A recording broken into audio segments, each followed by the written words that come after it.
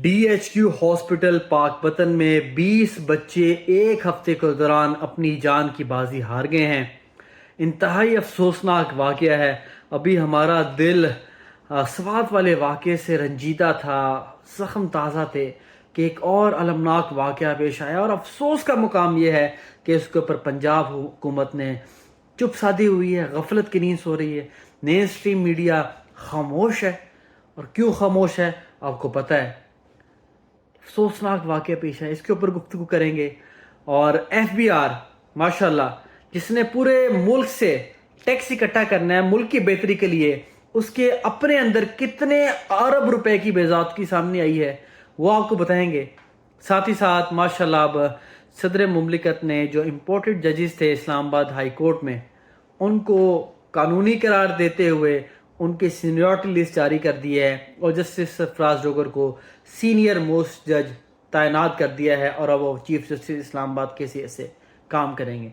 इन तमाम अमूर पर गुफ्तगू करेंगे, हमारे साथ रहिएगा। बिस्मिल्लाहिर्रहमानिर्रहीम, अस्सलाम वालेकुम। मेरा नाम है मोहम्मद अली खान। आप मेरा यूट्यूब चैनल देख रहे हैं।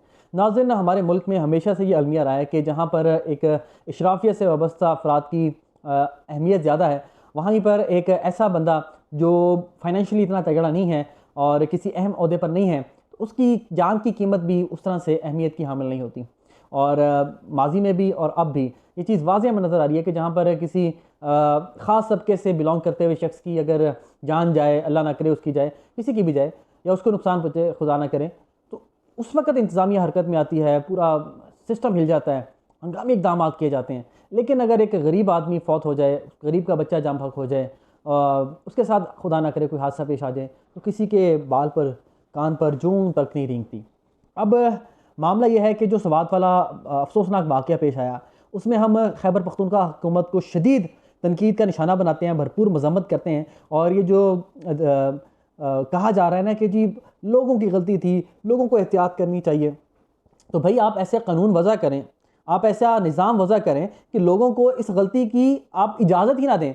ऐसा सिस्टम हो कि लोग वो गलती कर ही ना सकें। दरियाओं के किनारों पर आप भाड़ लगाएं, वहाँ पर एक फ़ोर्स बनाएं जो वहाँ पर पेट्रोलिंग कर रही हो, तो कैसे मुमकिन है कि लोग वहाँ पर जाके सेल्फीज़ या तस्वीरें बनाएं। लोगों को कसूरवार ठहराना कोई अक्लमंदी नहीं है, ना ही आप इससे बरी ज़िम्मा हो सकते हैं। वहाँ पर जो वाक़या पेश आया, सवात की जितनी भी डिस्ट्रिक्ट एडमिनिस्ट्रेशन में आला अहदेदार हैं, उनको मुअत्तल करना चाहिए, उनको सज़ा देनी चाहिए। ये सिर्फ गफलत नहीं है बल्कि ये जुर्म अजीम है। किस तरह 18 लोग, एक ख़ानदान का ख़ानदान उजड़ गया, और ये कह रहे हैं कि जी लोग सेल्फियाँ बना रहे थे, लोगों को ख़ुद सोचना चाहिए था। भाई लोग तो गलती करते हैं, इंसान ख़ता का पुतला है, लेकिन आपने क्या किया है? 13 साल से आपकी वहाँ पर हुकूमत है, खैबर पख्तूनख्वा में पाकिस्तान तहरीक इंसाफ की। तो आप दरियाओं के इर्द गिर्द कोई ऐसा निज़ाम कायम नहीं कर सके कि लोग वहाँ पर बेहतियाती ना करें और वो फिर अल्टीमेटली उनकी जान के ज़िया का सबब बने।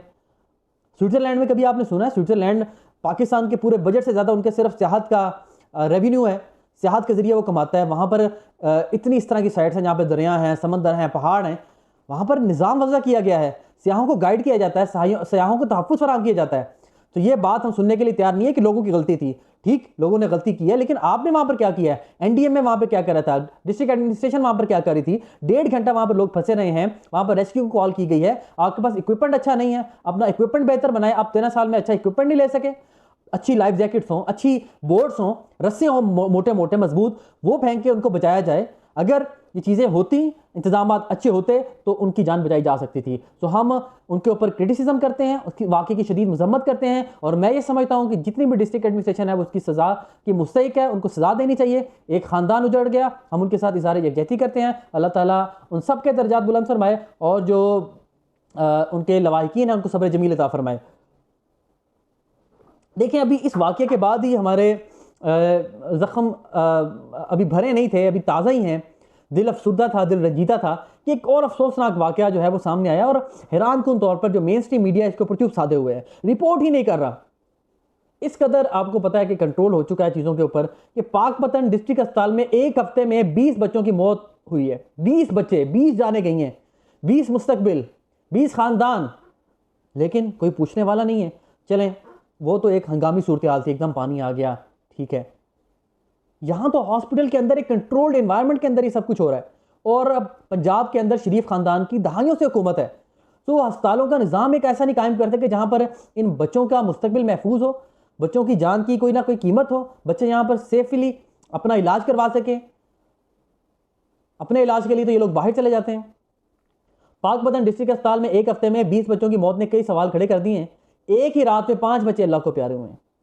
और जो अब इंक्वायरी टीम तश्कील दी गई थी 3 रुकनी, उसने ये दलील घड़ी है, उसने ये कहा है कि जी ये तबई मौत मरे, जबकि इंकशाफ ये हुआ है कि जो ऑक्सीजन सिलेंडर्स हैं वो वहाँ पर बहुत कम है और रात को ड्यूटी देने के लिए एक बंदा मौजूद है और एमरजेंसी सूरत हाल में कभी वो इधर जाता है कभी उधर जाता है, वो कैसे 20 बंदों को हैंडल करेगा। एक तो इंक्वायरी रिपोर्ट जो है वो एक फैब्रिकेटेड डॉक्टर किस्म की घड़ी गई और कहा कि जी ये तबई मौत मरे हैं। हुकूमत ने 7 बच्चों की लाशों के बाद इन वाक़या की तहकीकात के लिए एक इंक्वायरी कमेटी तश्कील दी थी, जिसमें अस्पताल के डॉक्टर और नर्सें शामिल थे। इस कमेटी ने अपनी रिपोर्ट में इन अमवात को तबई वजूहात से मंसूब करते हुए तिब्बी नौयत का करार दिया, लेकिन इस फैसले ने मज़ीद सवालात को जन्म दिया है और नया पिंडोला बॉक्स खोल दिया है। यकीनी तौर पर यह गैर तसल्ली बख्श रिपोर्ट है और ये झूठ पर मबनी रिपोर्ट है और कोई भी इसके ऊपर यकीन करने को तैयार नहीं है और ना ही हम यकीन करेंगे। तो इसके ऊपर इंक्वायरी होनी चाहिए, इसका तदारुक किया जाना चाहिए। और कितने अफसोस की बात है कि 20 बच्चे फौत हो गए और कोई उसका जवाब तो ही नहीं है और ना ही ये खबर चला सकते हैं। तो मैं दरख्वास्त करता हूँ पंजाब की वज़ीर आला मरीम नवाज़ साहिबा से कि ठीक है आप चाहते हैं कि बस एक पॉजिटिव इमेज ही जाए, लेकिन इसके हवाले से कोई ना कोई इक़दाम ज़रूर लें। उम्मीद करते हैं कोई इक़दाम लेंगे और इंक्वायरी होगी और जो मुजरिम है उनको सज़ा मिलेगी। टैक्स के निज़ाम के हवाले से बात की जाती है कि जी हमने टैक्स का निज़ाम बहुत बेहतर करना है, मुल्क में टैक्स कलेक्शन को बेहतर बनाना है, गरीबों का कचूमन निकालना है, उससे हमने टैक्स कलेक्ट करना है। और यही होता है कि सैलरीड जो तबका है वही सबसे ज़्यादा टैक्स देता है। तो FBR बहुत मेहनत कर रहा है, FBR ने टैक्स कलेक्ट करना है और FBR को अब ये भी इख्तियार दे दिए गए हैं कि जो 5 करोड़ से ज़्यादा कमाते हैं और वो टैक्स नहीं देते, टैक्स नेट में नहीं आते, तो उनको गिरफ्तार भी किया जा सकता है।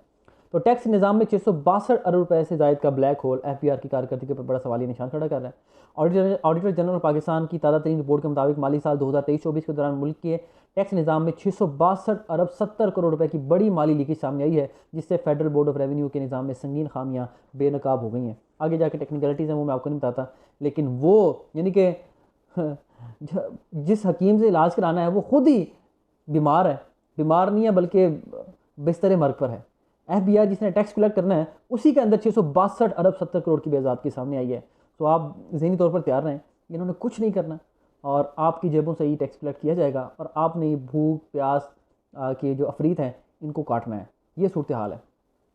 उसके बाद इस्लामाबाद हाई कोर्ट के हवाले से बड़ी खबर आई है कि जो chief justice of Pakistan, chief justice of Islamabad high court justice Sarfaraz Dogar है, उनकी जो तैनाती थी और उनकी जो इस्लामाबाद हाई कोर्ट में बतौर कायम मकाम चीफ जस्टिस उनको इंपोर्ट किया गया था लाहौर से, उनको अब तस्लीम कर लिया गया बाकायदा तौर पर। सदर मुमलिकत ने उसको सीनियर तरीन जज डिक्लेयर कर दिया है। तफसीलात ये हैं कि सदर मुमलिकत आसिफ अली जरदारी ने जस्टिस सरफराज डोगर को इस्लामाबाद हाई कोर्ट का सीनियर तरीन जज डिक्लेयर कर दिया है। जस्टिस सरफराज डोगर और दीगर 2 जजेस का तबादला भी मुस्तकिल करार दे दिया है। माशाल्लाह, यानी कि जब चीफ जस्टिस आमिर फारूक थे तो सीनियर प्यून जज थे जस्टिस मोहसिन अख्तर क्यानी। अब जिस सीनियर प्यून जज जो है वो सीनियर तरीन नहीं है, उनके जाने के बाद जो लाहौर से आया है, नया तैनात हुआ है, ये सीनियर तरीन जज हैं। ये एक नया फलसफा दिया गया है। इस्लामाबाद हाई कोर्ट के जजेस के तबादले के हवाले से अहम पेशरफ सामने आई है और सदर मुमलिकत आसिफ अली जरदारी ने जस्टिस सरफराज डोगर को इस्लामाबाद हाई कोर्ट का सीनियर तरीन जज डिक्लेयर कर दिया है। सदर मुमलिकत ने जस्टिस सरफराज डोगर और 2 जजेस के तबादले को भी कानूनी करार दे दिया है। सुप्रीम कोर्ट ने हाई कोर्ट के जजेस की सीनियरिटी के तयन का मामला सदर को भेजा था। सदर मुमलिकत ने तयन के बाद इस्लामाबाद हाई कोर्ट के जजेस की सीनियरिटी लिस्ट जारी कर दी है। सीनियरिटी लिस्ट के मुताबिक ट्रांसफर होने वाले जस्टिस सरफराज डोगर सीनियर तरीन जज होंगे। जस्टिस खादिम हुसैन सोमरो 9वें नंबर पर, जबकि जस्टिस मोहम्मद आसिफ 11वें नंबर पर होंगे।